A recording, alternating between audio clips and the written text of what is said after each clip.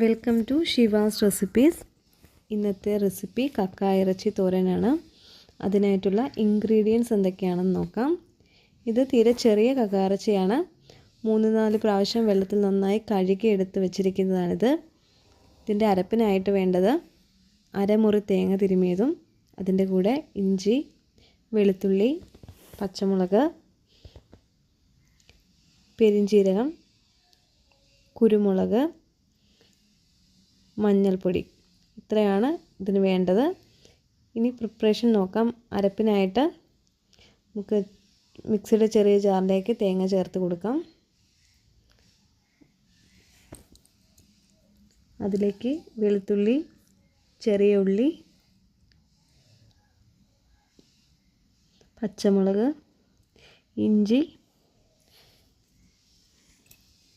1/2 teaspoon കുരുമുളക്, 1/2 teaspoon പെരിഞ്ചീരകം,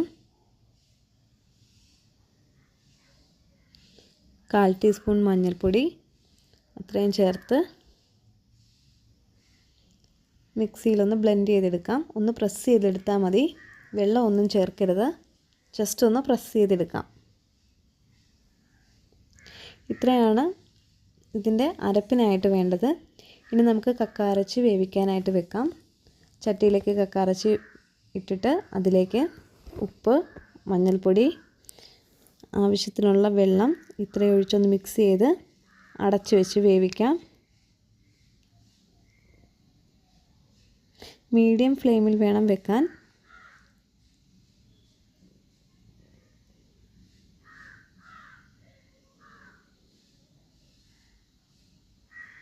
കക്ക ഇറച്ചി വെന്ത് വരാൻ കുറച്ച് ടൈം എടുക്കും. നന്നായി വേകണം.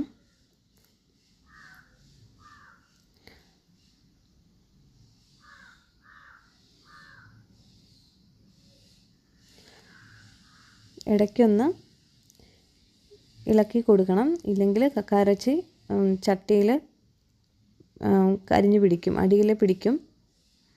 അപ്പോൾ അത് പിടിക്കാതിരിക്കാൻ ഇടയ്ക്കൊന്ന് ഇളക്കി കൊടുക്കണം. പിന്നെ ഫ്ലെയിമും എപ്പോഴും മീഡിയത്തിലായിരിക്കണം.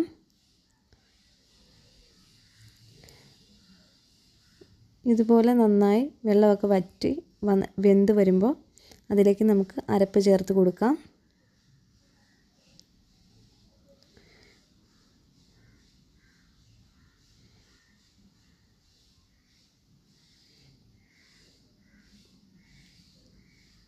അരപ്പ് ചേർത്തിട്ട് നമുക്ക് വീണ്ടും ഇതൊന്ന് അടച്ചു വെച്ച് വേവിക്കണം.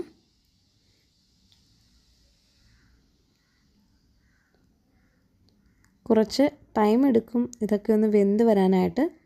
അരപ്പ് ചേർത്തിട്ടൊന്ന് മിക്സ് ചെയ്ത് കൊടുക്കാം. ഇടയ്ക്കിടയ്ക്ക് മിക്സ് ചെയ്ത് കൊടുക്കണം. ഇല്ലെന്നുണ്ടെങ്കിൽ ഇതുപോലെ ചട്ടിയുടെ അടിക്ക് പിടിക്കും. ഫ്ലെയിമും ശ്രദ്ധിക്കണം. വെള്ളമൊക്കെ വറ്റി വരുമ്പോൾ അതിലേക്ക് നമുക്ക് ഒരു 3 ടീസ്പൂൺ വെളിച്ചെണ്ണയാണ് ഇപ്പോൾ ചേർത്തത്. അത് ചേർത്ത് നന്നായി ഇളക്കി യോജിപ്പിക്കാം. ഈ സമയത്ത് നമുക്ക് ഉപ്പോ കുരുമുളകോ കുറവാണെങ്കിൽ ഈ സമയത്ത് നമുക്ക് ചേർത്ത് കൊടുക്കാം. കുരുമുളകോ പെരിഞ്ചീരകമൊക്കെ പൊടി എന്തെങ്കിലും ആവശ്യമുണ്ടെന്നുണ്ടെങ്കിൽ ഈ സമയത്ത് പൊടിച്ച് ചേർത്ത് കൊടുക്കാം. എന്നിട്ട് നന്നായിട്ട് ഇളക്കി ഡ്രൈ ആക്കി എടുക്കാം.